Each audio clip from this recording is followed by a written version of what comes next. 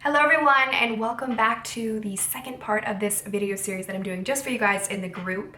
For those of you who are new to the group, or for those of you who haven't been keeping up with this video series that I've been doing, every few weeks, so every 4 weeks I think, I do a poll in the group and ask you guys what kind of topics that you'd like me to discuss.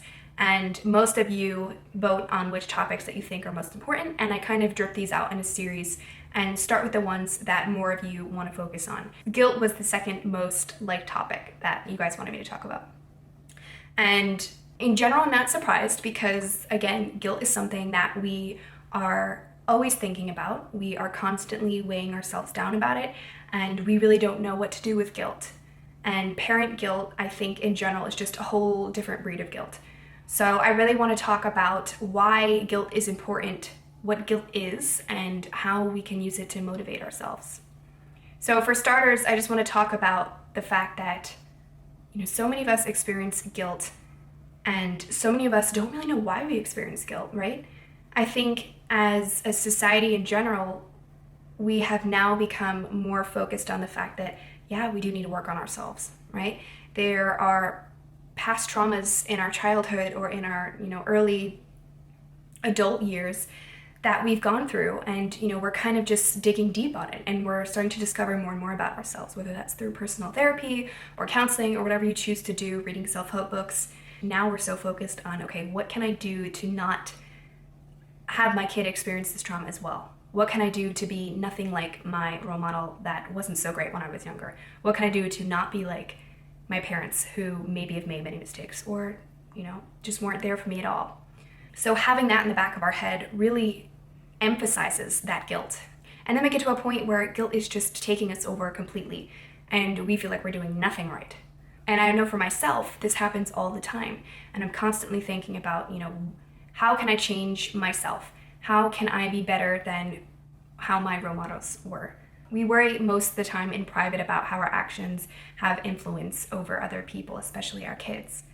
And we burden ourselves with those beliefs that, we're not good enough. We are not doing this right. Maybe we work too much. Maybe we don't work enough. We're constantly thinking about all these negative things in our head. And it sets us up for failure. And we kind of don't know how to be better or take advantage of the fact that guilt is actually pretty productive, or it can be pretty productive. I also just want to talk about what guilt is, right? For many of us, I think we are kind of confused about the definition of guilt and how it's different from shame or remorse or, those kinds of feelings that we have on ourselves. But the difference between shame and guilt, as Brené Brown puts it, so for those of you who don't know who she is a social researcher who studies shame, guilt, vulnerability, things like that, and she's done it for the past 30 years, I think.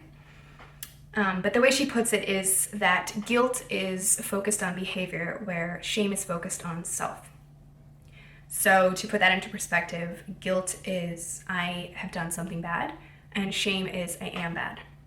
So for most of us, we can definitely relate to the fact that, yes, I've done something bad. And, you acknowledge something bad. Or maybe you think that you've done something bad, but you haven't done something bad. And we kind of get these feelings confused in our head, but regardless, that feeling is still there, that I've done something bad. But how do I change that? How do I make it so that it's not painful for me, and how do I make it so that I can actually be productive? But how can I change my perspective on it? And that's the key here. It's all about changing your perspective on how you see guilt. And for those of you who have been watching my videos, who follow my main channel, I talk about perspective all the time, and having a perspective on not only your child, but a perspective on the way you see yourself outwardly. So having a perspective on guilt in general is super important if you want to turn that guilt into, say, motivation or compassion. And I think a large part of that is that for some of us, we acknowledge that we did something bad, but we don't know how to do anything. We don't do anything about it, and we can't take the time to acknowledge that we've done something bad and be humble about it, be open and honest.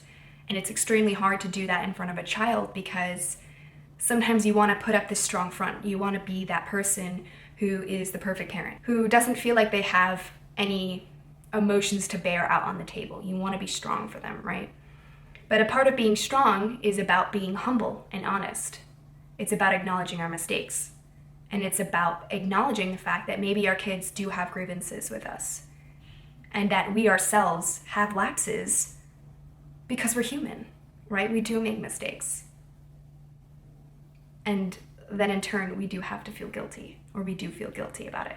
Rarely in general do we show our vulnerabilities to our kids or even to ourselves.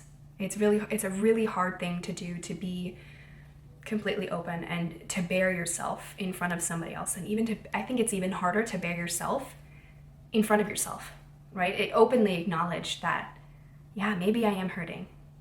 Maybe I do have some trauma that I haven't done healing on.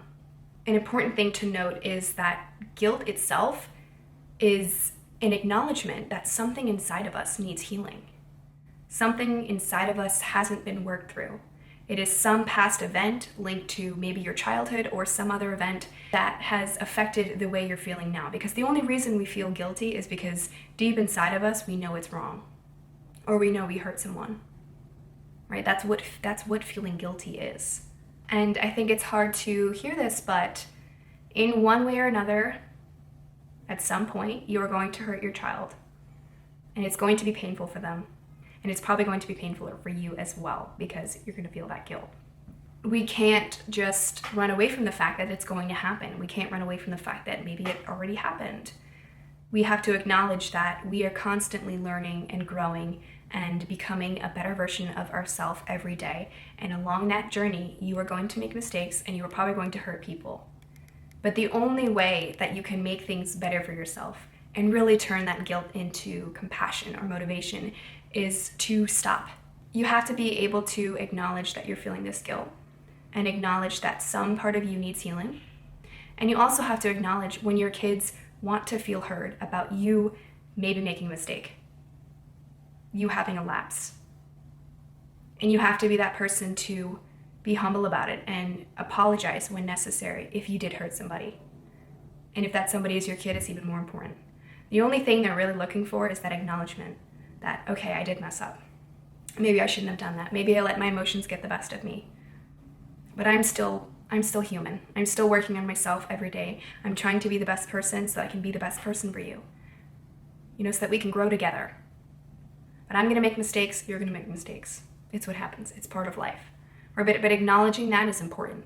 And doing so in front of your kids is important. You simply acknowledging the fact that you made a mistake is you being better than the person before you, than the role model who never made that acknowledgement to you in your life. And maybe that is part of the trauma. Maybe that is why you're feeling guilty and you're feeling like some traumatic experience in your past is causing you to not want to apologize. Maybe it is your past that is stopping you from actually moving forward, right? I see that in myself all the time, and I constantly am thinking about all the things that I can do on a day-to-day basis to better myself and to allow myself to heal and to allow myself to grow so that I can be the best version of myself. Not only for me, but for others.